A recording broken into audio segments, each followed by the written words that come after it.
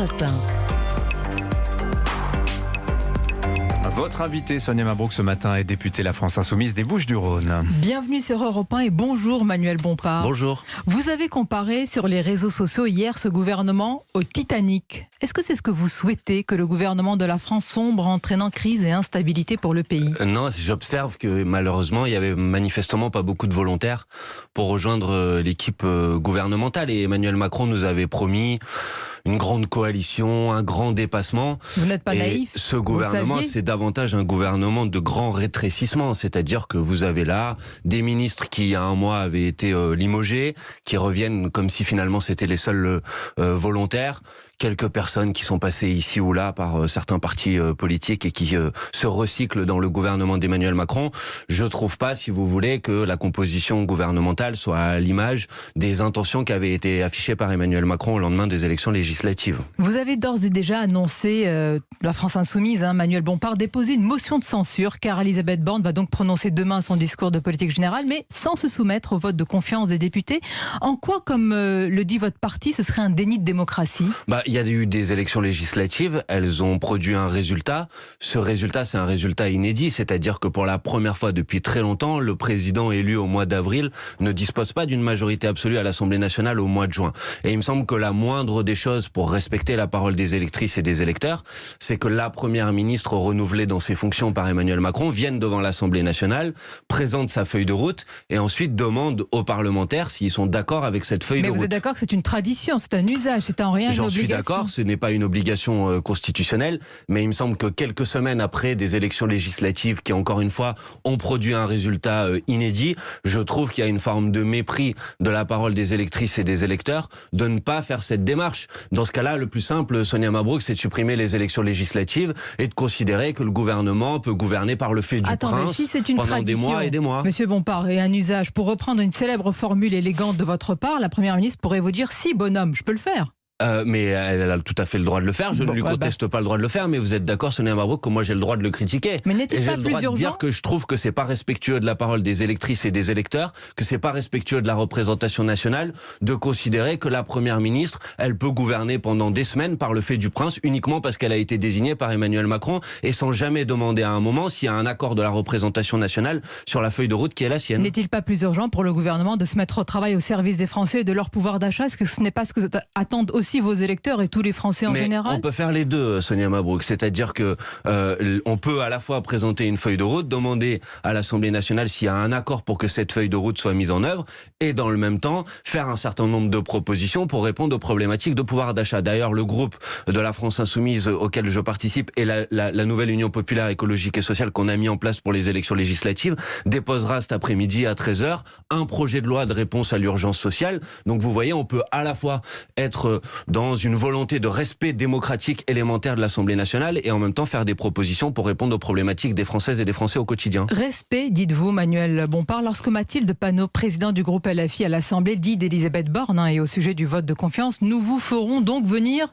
de force. Qu'entendez-vous par de force? À partir du moment où Elisabeth Borne, elle ne demande pas le vote de l'Assemblée nationale sur la confiance, nous avons un moyen institutionnel, ça s'appelle la motion de censure, qui la contraint en réalité à venir devant l'Assemblée nationale et qu'il y ait ensuite un vote des parlementaires pour savoir si oui ou non il y a une majorité pour qu'elle continue son travail. Si la confiance est votée, elle pourra continuer à travailler. Si la censure n'est pas votée, on va le dire dans ce sens-là, elle pourra continuer son travail. Si la censure est votée, le gouvernement doit démissionner et un nouveau gouvernement doit être mis en place. Mais une chose m'interpelle, pourquoi vous n'attendez pas d'écouter le discours de politique générale et de son contenu pour juger de l'utilité ou pas d'une motion de censure? Mais d'abord parce qu'il faut fixer un principe démocratique, c'est le principe démocratique. Donc quel que soit ce qui est annoncé, quel que soit le contenu qui peut être utile aux Français... Je vais vous répondre, Sonia Mabrouk, mais la première étape et la raison pour laquelle nous annonçons dès maintenant la volonté de déposer cette motion de censure, vous l'avez dit, c'est parce que Elisabeth Borne a dit qu'elle ne demanderait pas le vote de confiance. Et nous considérons qu'il est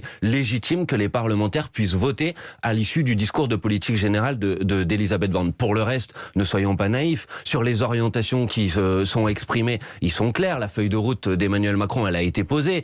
Il n'a pas l'intention d'abandonner le report de l'âge de départ à la retraite à 65 ans. Quel que soit ce qu'aurait décidé Elisabeth Borne, vous vous êtes déjà fait un avis sur ce qui va être annoncé, même si c'est utile aux Français sur le pouvoir d'achat. Mais je ne suis pas en train de vous dire dire quel que soit ce qu'elle va décider. Vous m'avez mal entendu ou mal écouté. Je suis en train de vous dire qu'il y a déjà des choses qui ont été dites. Si Elisabeth Borne était arrivée et avait dit « je renonce au report de l'âge de départ à la retraite à 65 ans, je vais proposer d'augmenter le SMIC ou je vais proposer de bloquer les prix sur les produits de première nécessité », bon, je dirais pourquoi pas. Mais vous savez très bien que c'est pas ce qu'elle va faire. Le président de la République a dit ce gouvernement agira sur la base du projet qui a été porté par Emmanuel Macron à l'élection présidentielle, sur lequel il y aura peut-être quelques ajustements, mais ces ajustements sont bornés. Il peut pas y avoir de nouveaux impôts, donc pas davantage de justice fiscale, y compris pas de nouvelles taxes, par exemple sur les dividendes records qu'ont reçu les actionnaires dans les années précédentes. Et il peut pas y avoir de nouveaux déficits publics, donc il peut pas y avoir de nouvelles dépenses de l'État, par exemple pour augmenter les minima sociaux. Donc vous voyez bien que le contenu de la politique, il est borné par les annonces du président de la République et qu'on ne pourra pas se retrouver à l'intérieur. On vous entend sur le débat de fond, Manuel Bompard, mais est-ce que votre seul objectif n'est pas de chercher à renverser le gouvernement, même si votre motion de censure, on le sait, sera un coup d'épée dans l'eau? Mais bon, alors d'abord ça, on verra. On verra qui vote quoi. Et d'ailleurs, je pense que ça va être intéressant. Vous appelez qui à voter avec vous? Mais moi, j'appelle tous les députés à se prononcer sur le sujet. Les députés du Rassemblement national? Vous voulez faire alliance avec le Rassemblement national? Non, je vous pose une question. Non, vous me posez pas une question. Vous essayez de me faire dire quelque chose que vous aimeriez bien que je vous dise. Absolument mais pas. Je vais vous répondre clairement, Sonia Mabrouk.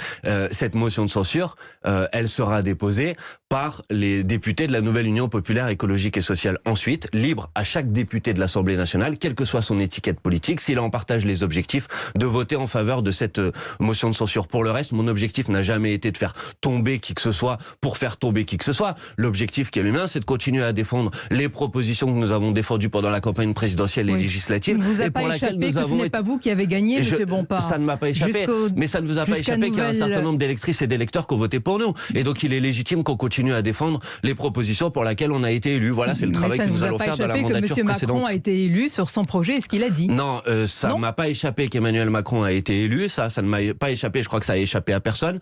Par contre, dire qu'il a été élu sur son projet me paraît pas correspondre à la réalité. D'ailleurs, c'est ce que je lui reproche dans l'intervention qu'il a faite il y a quelques jours. Parce que Emmanuel Macron, au deuxième tour de l'élection présidentielle, tout le monde sait dans ce pays, et tout le monde le sait, et vous-même, Sonia Mabrouk, vous le savez, qu'il n'a pas été élu par adhésion à son projet au deuxième tour de l'élection présidentielle, mais parce que les Françaises et les Français ne voulaient pas que l'extrême droite s'empare du pays. Je ne sais pas, M. Bompard. Moi, je ne sonde pas le cœur et les reins des Français, mais vous semblez le faire. Comment pouvez-vous Je ne expliquer... sonde pas le cœur et le rein des Français, mais j'observe comme vous que les enquêtes d'opinion que généralement tout le monde utilise en politique pour commenter les affaires politiques disent clairement que le vote du deuxième tour ne se faisait pas sur l'accord au projet d'Emmanuel Macron. Manuel Bompard, comment pouvez-vous expliquer ce matin, dès lors que Damien Abad ait dû quitter son poste alors qu'il est toujours présumé innocent, qu'Éric Coquerel, contre qui la militante Sophie Tessier vient de déposer une plainte pour harcèlement sexuel, reste à son poste à la commission des finances? D'abord, je vais vous dire une chose, c'est que ça vous a pas échappé que Damien Abad n'a pas démissionné, il n'a pas été renouvelé dans le gouvernement. Deuxièmement, je vous le dis franchement, la logique politique qui consiste à vouloir mettre sur le même plan une personne, Damien Abad en l'occurrence, qui est sous l'objet de 3 accusations pour viol, dont 2 après avoir drogué la personne. Il s'en défend, mais ce sont la nature des accusations. Et les accusations qui sont portées contre Éric Coquerel, c'est-à-dire d'une drague trop insistante, il y a 8 ans dans une boîte de nuit, ne sont pas de même nature. Et toutes celles et ceux qui essayent de mettre sur le même plan ces 2 cas de figure et ces 2 situations sont d'une mauvaise foi qui est une mauvaise foi criante, qui pose d'ailleurs un problème, à mon avis, à la un démission. problème humain total. Mettre les 2 choses sur le même plan, ça me paraît totalement insupportable. Mais si vous le faites, parce que vous comparez les 2, est-ce que Sonia Mabrouk, vous avez appelé à la démission de Damien Abad, foulant au pied la présomption d'innocence. Alors pourquoi Éric Coquerel, qui fait face, et je le rappelle, à la déposition d'une plainte désormais pour harcèlement sexuel, dont vous semblez estimer que ce n'est pas important, aurait droit à cette même présomption d'innocence? Alors Sonia Mabrouk, ne me faites pas dire ce que je n'ai pas dit. Vous faites bien une hiérarchie.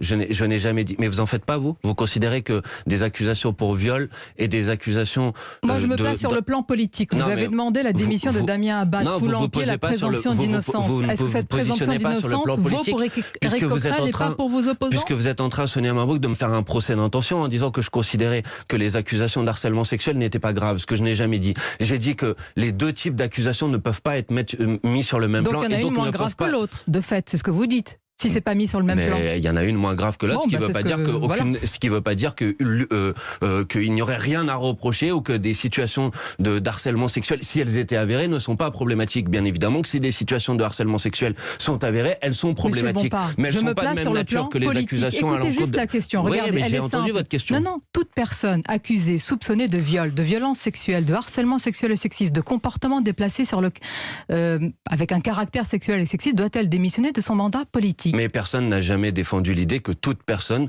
quelle que soit la nature des accusations, devait démissionner de son mandat politique. D'abord, il faut regarder s'il y a effectivement des témoignages. Deuxièmement, s'ils sont circonstanciés. Troisièmement, si la nature des faits en question s'apparente par exemple à des viols, par exemple à des agressions sexuelles ou par exemple à des harcèlements sexuels. Sandrine Rousseau avait dit « on vous croit », disait-elle en substance. Donc vous croyez les femmes, sauf quand elles visent Monsieur Coquerel. Mais je suis pas en train de vous dire que je ne la crois pas. Je suis en train de vous dire que il y a une parole des femmes, il faut la respecter, il faut l'entendre. Il y a des procédures. Comment vous la respectez? Je vais vous le dire. D'abord, il y a une procédure interne à la France Insoumise avec un comité qui a été mis en place et qui va traiter cette situation en tenant compte de l'ensemble des éléments. Ensuite, puisque manifestement cette personne a décidé de saisir la justice fera son travail.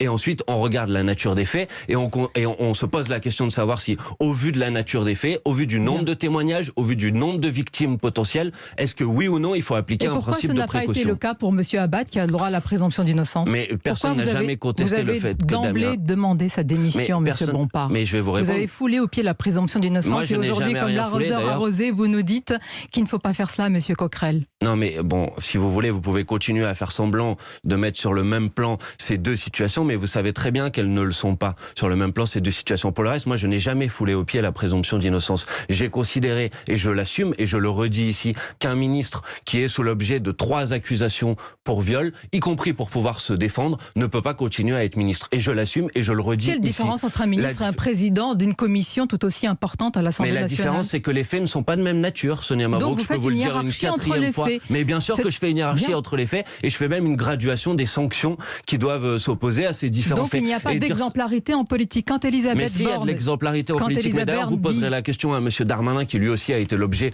de plaintes devant la justice, à qui ne vous avez jamais posé la question.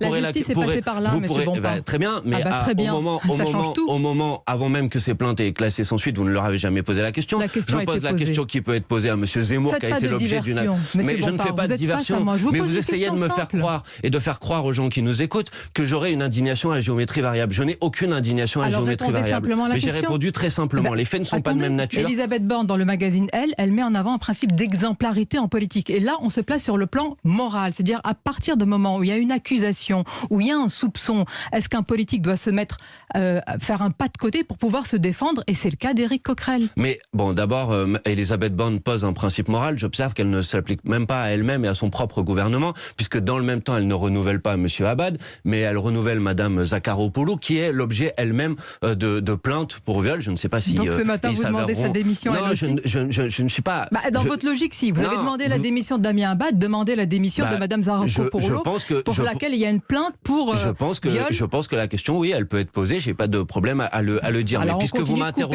puisque vous m'interrogiez sur Elisabeth Borne, je vous répondais sur Elisabeth Borne en disant que le principe moral dont elle se revendique, manifestement, elle l'applique à géométrie variable. Pour le reste, je vous ai dit ma lecture de la situation. Les faits ne sont pas de même nature. Ça ne veut pas dire que les faits qui sont reprochés à Éric Coquerel, s'ils s'avéraient exacts, ne sont pas problématiques. Et si ces faits s'avéraient exacts, il doit forcément nécessiter une réaction. Mais cette réaction n'est pas de même nature puisqu'elle dépend de la gravité des faits qui lui sont reprochés. Et je considère, oui, effectivement, que Éric Coquerel, à mon avis, a toute légitimité pour continuer à mener le travail qui est le sien en tant que président de la Commission des Finances. Je le répète, dans la position de l'arroseur arrosé, après avoir confondu accusation et condamnation, vous demandez à ce que l'on ne fasse pas la même chose pour Éric Coquerel et... Pour dire la vérité, on devrait tous être attachés à la présomption d'innocence. Mais on est tous attachés à la présomption d'innocence, je vous le redis, vous pouvez essayer de me faire penser aux gens que je pense l'inverse. Je n'ai jamais considéré que Damien Abad était coupable par avance. Mais vous avez il doit demandé pouvoir sa démission. se défendre. J'ai considéré vous avez demandé effectivement sa démission alors qu'il a droit à la présomption d'innocence. Mais tout à fait. Et il y a une jurisprudence à base aujourd'hui qui ne s'applique pas à M. Coquerel. Mais je n'ai jamais eu l'intention de dire qu'il était condamné par avance. Je dis qu'il y a un principe de précaution pour une personne qui est l'objet de 3 plaintes et de 3 témoignages circonstanciés et qui sont à mon avis, de quel on ne peut pas remettre en cause la crédibilité. C'est à la justice, normalement. Oui, mais c'est mon avis que vous ne demandez pas l'avis de quelqu'un d'autre. Donc c'est mon avis que je vous donne. Alors appliquer les mêmes règles à M. Coquerel. Mais si vous voulez, on pouvait encore revenir sur le sujet. Mais Sonia Mabrouk, je vous pose une question. Est-ce que les faits sont de même nature ? Répondez à ma question. Est-ce que les faits sont de même nature ? Monsieur Bompard, je suis journaliste, je ne suis pas juge. Vous n'êtes pas juge, mais vous pouvez quand même répondre à la question que je vous pose. Je ne me place jamais sur le plan judiciaire. Si vous judiciaire. voulez ne pas répondre à cette question, ne répondez pas. Mais je pense que l'ensemble des auditeurs et des auditrices qui nous écoutent savent que les faits ne sont pas de même nature. Et donc la comparaison que vous essayez de mettre en place entre ces deux situations, comme s'il faudrait réagir de la même manière, quelle que soit la nature des faits qui sont reprochés, quel que soit le nombre de témoignages qui sont publics et qui sont sur la place publique, c'est à mon avis un parallèle qu'on ne peut pas faire, y compris d'un point de vue moral. Donc je répondrai à cette question toujours de la même manière. Mais il n'y a aucun problème à tenir sur cette ligne-là, parce que c'est une ligne qui est juste d'un point de vue moral. Et je pense sincèrement qu'il faudra peut-être à un moment passer à autre chose, et qu'on ne va pas faire encore pendant 10 jours tout un débat médiatique. Non, passer à autre chose, ça s'appelle la justice. On verra quelle sera la suite. Très bien, il y a la justice, il y a une cellule interne au sein de la France Insoumise, et c'est une fierté, et je le dis ici, que je pense que l'ensemble des mouvements politiques devraient avoir une cellule de cette nature pour traiter ce type de cas, puisque souvent, ou parfois, le sujet est posé. Bien sûr, cette cellule ne se substitue pas à la justice, elle traite la situation à l'intérieur d'un mouvement politique, ensuite il y a la justice, mais ensuite la justice et cette cellule rendront leur verdict, entre guillemets. En attendant, Éric Coquerel est président de la Commission des Finances, et j'espère qu'il pourra se mettre au travail le plus rapidement possible. Et vous êtes député à l'Assemblée nationale, je vous remercie, Manuel Bompard. Bonne journée à vous. Merci Manuel Bompard.